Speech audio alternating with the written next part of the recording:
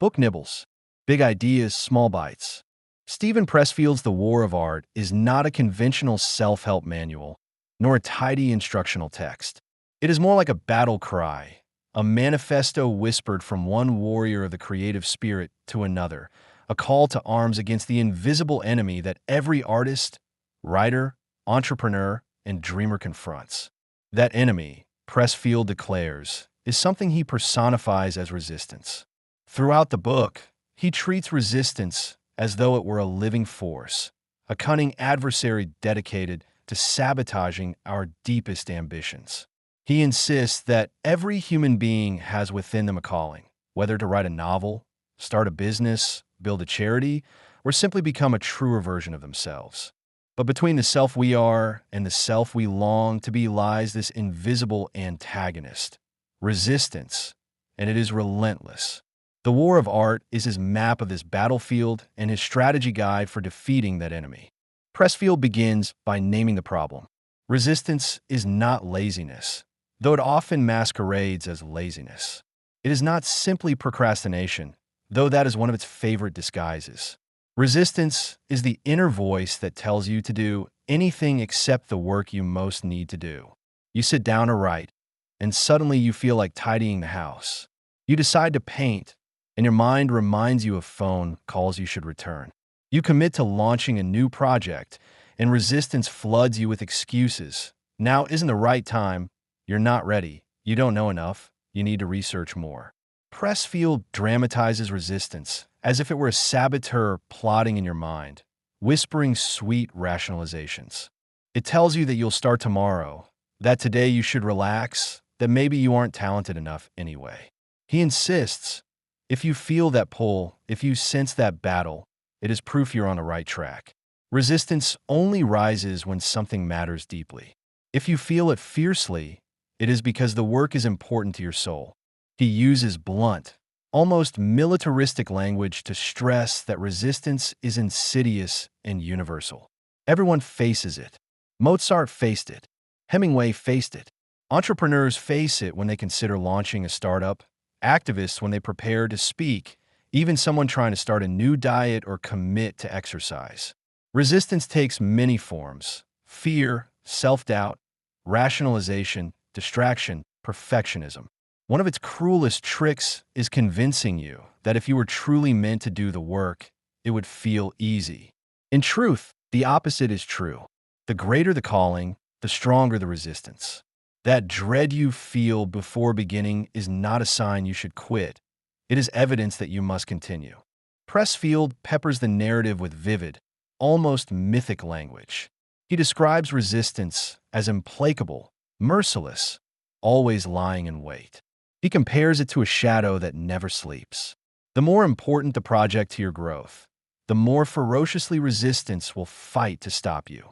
If you're called to write a book that might heal others, resistance will tempt you to binge television. If you're destined to start a company that might change lives, resistance will persuade you to take another safe job. If you're meant to pursue spiritual growth, resistance will whisper cynicism and distraction. Resistance has one objective: to keep you from becoming the highest version of yourself. So what, then, is the strategy for battle? Pressfield insists it comes down to becoming a professional. He draws a sharp line between the amateur and the professional. The amateur dabbles, hesitates, waits for inspiration. The amateur treats creative work as a hobby, something done when convenient. The professional, by contrast, shows up every day no matter what. The professional does not wait for the muse. He sits down, rain or shine, in sickness or health, whether inspired or not. The professional understands that resistance will appear every day, and he prepares like a soldier reporting for duty. The professional commits to the long haul. Pressfield uses his own journey as a novelist to make this point. He admits he spent years paralyzed by resistance, unable to finish manuscripts, sabotaging himself with excuses. Only when he began treating writing as a job, showing up at the desk daily, regardless of mood, did he finally break through. This isn't glamorous. It means grinding through days when you feel empty. It means facing blank pages that mock you. But over time, The act of showing up breaks the spell of resistance. Work gets done. Pages accumulate. Momentum builds. The amateur, waiting for perfect conditions, produces little. The professional, steady and unyielding, builds a body of work. He outlines qualities of the professional mindset. The professional is patient, accepting that mastery takes time. The professional plays for keeps, understanding that the stakes are life itself, whether one will fulfill their calling or betray it. The professional acts with humility, never assuming mastery, always respecting the craft. The professional does not over-identify with the work, meaning failure does not destroy them and success does not inflate them beyond reason. The professional accepts criticism and endures adversity. In essence, professionalism in the creative sense is not about money, but about posture, the willingness to stand and fight every day. Another key aspect Pressfield emphasizes is that the muse, inspiration, or what he calls the higher realm, rewards those who do the work. He borrows from ancient Greek ideas of muses and gods who whisper creative sparks. He suggests that when you consistently show up and work, mysterious forces aid you. Ideas arrive. Solutions appear. Serendipity happens. But those gifts come only after you've done your part. The amateur waits for inspiration before acting. The professional acts first and invites inspiration to meet them halfway. Pressfield also tackles the spiritual dimension. He views creative calling not as mere personal ambition, but as something sacred. Each of us has a unique gift, a contribution meant for the world. To deny it, to yield to resistance, is a kind of betrayal not just of self but of humanity. He frames the struggle in almost cosmic terms. Resistance is the force of entropy, dragging us toward mediocrity and unfulfilled lives, while our creative work is our offering, our way of aligning with a higher order.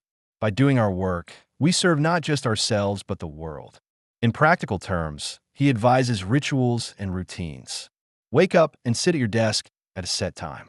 Treat it as sacred appointment. He describes how even small routines, like sharpening pencils or arranging the workspace, signal to the psyche that it is time for work. These rituals disarm resistance, replacing chaotic hesitation with structure. He notes that the professional rarely feels ready or confident. Readiness is a myth. Courage means acting despite fear, not in the absence of it. He warns about resistance's subtler disguises. One of them is rationalization cloaked as practicality. You tell yourself you can't pursue your dream until your finances are in order, until the kids are grown, until the perfect moment arrives. But Pressfield insists that waiting for perfect conditions is resistance in costume. Conditions will never be perfect. The professional begins anyway. Another disguise is self-doubt. Paradoxically, Pressfield suggests that self-doubt can be a clue you're on the right path. If you feel unworthy of your calling, that means the calling is real and vital. Fear is another central theme. Resistance thrives on fear. But Pressfield argues that fear is actually useful. The projects that scare you most are precisely the ones you're meant to tackle. If you're terrified to write that novel, that's the novel you must write. Fear points to the work that matters. The professional learns to dance with fear rather than flee it. The book grows increasingly spiritual as it progresses. Pressfield invokes concepts of higher order, angels, muses, and destiny. While he does not preach a specific religion, he frames creativity as a partnership with the divine. He recounts the ancient belief that artists were not lone geniuses but vessels through which divine inspiration flowed. Our task is to prepare the vessel, to show up, to labor, so that inspiration has a channel.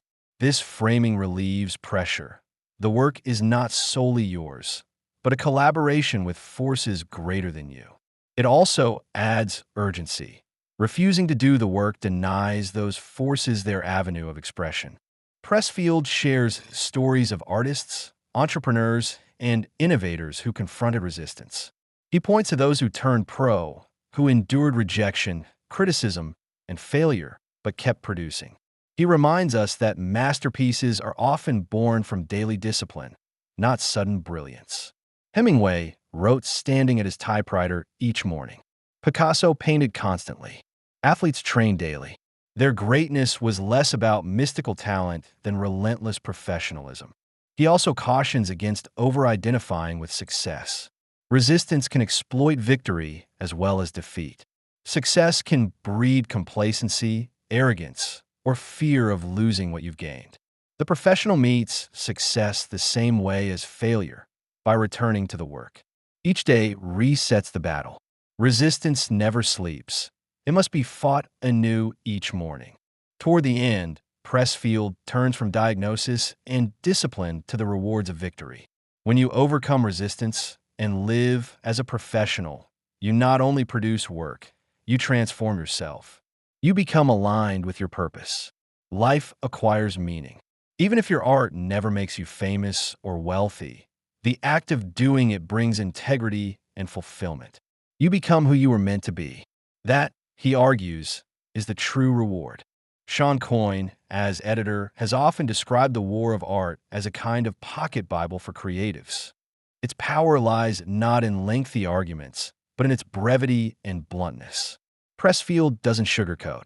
He names resistance as a killer and urges readers to adopt the warrior's mindset. He blends practical advice with mythic storytelling, weaving together tales of soldiers, artists, and muses. The cumulative effect is less like a textbook and more like an initiation, a voice saying, "You are not alone in this struggle. The battle is real. Now fight." For readers, the book's highlights become mantras. Resistance is the enemy. The greater the resistance, the more important the work. Professionals show up every day. Fear is a compass pointing to what matters. Inspiration comes after action, not before. Your work is sacred, your gift a responsibility. You owe it to yourself and the world to overcome resistance and bring forth what only you can create. Pressfield's tone alternates between tough love drill sergeant and gentle sage. He berates the excuses that keep us idle, but also reassures us that the struggle is universal. Even he still feels resistance every day, decades into his career. This admission is comforting. You don't defeat resistance once and for all. You fight it daily. But in fighting, you grow stronger. Readers often come away from the war of art with renewed resolve. It is the kind of book people return to when they feel stuck, when resistance has them in its grip. Its pages remind you that you're not lazy or untalented. You're simply battling a force as old as humanity. And like any warrior, you need armor, discipline, and faith. Ultimately, the war of art is about liberation. Resistance keeps us prisoners in lives of mediocrity and unrealized potential. To fight and win against it is to free ourselves, to step into the role we were born to play. Whether that means writing a novel, founding a business, painting, teaching, inventing, or parenting with purpose, the principle is the same. Show up, do the work, every day. The war never ends, but each victory brings you closer to the life you were meant to live. And so, the book leaves you with a clear challenge. Resistance will always be waiting. You can surrender or you can fight. If you fight, if you turn pro, commit, and do the work, you not only conquer resistance, you honor your gift, align with your calling, and give the world the art, service, or creation it needs from you. This is the war of art, the inner battle that defines our lives. And in fighting it, we discover who we truly are. And that's it. Stephen Pressfield's The War of Art. Break through the blocks and win your inner creative battles. Thanks for listening to Book Nibbles. If you enjoyed this bite-sized book, don't forget to subscribe for more quick, insightful summaries. See you in the next nibble.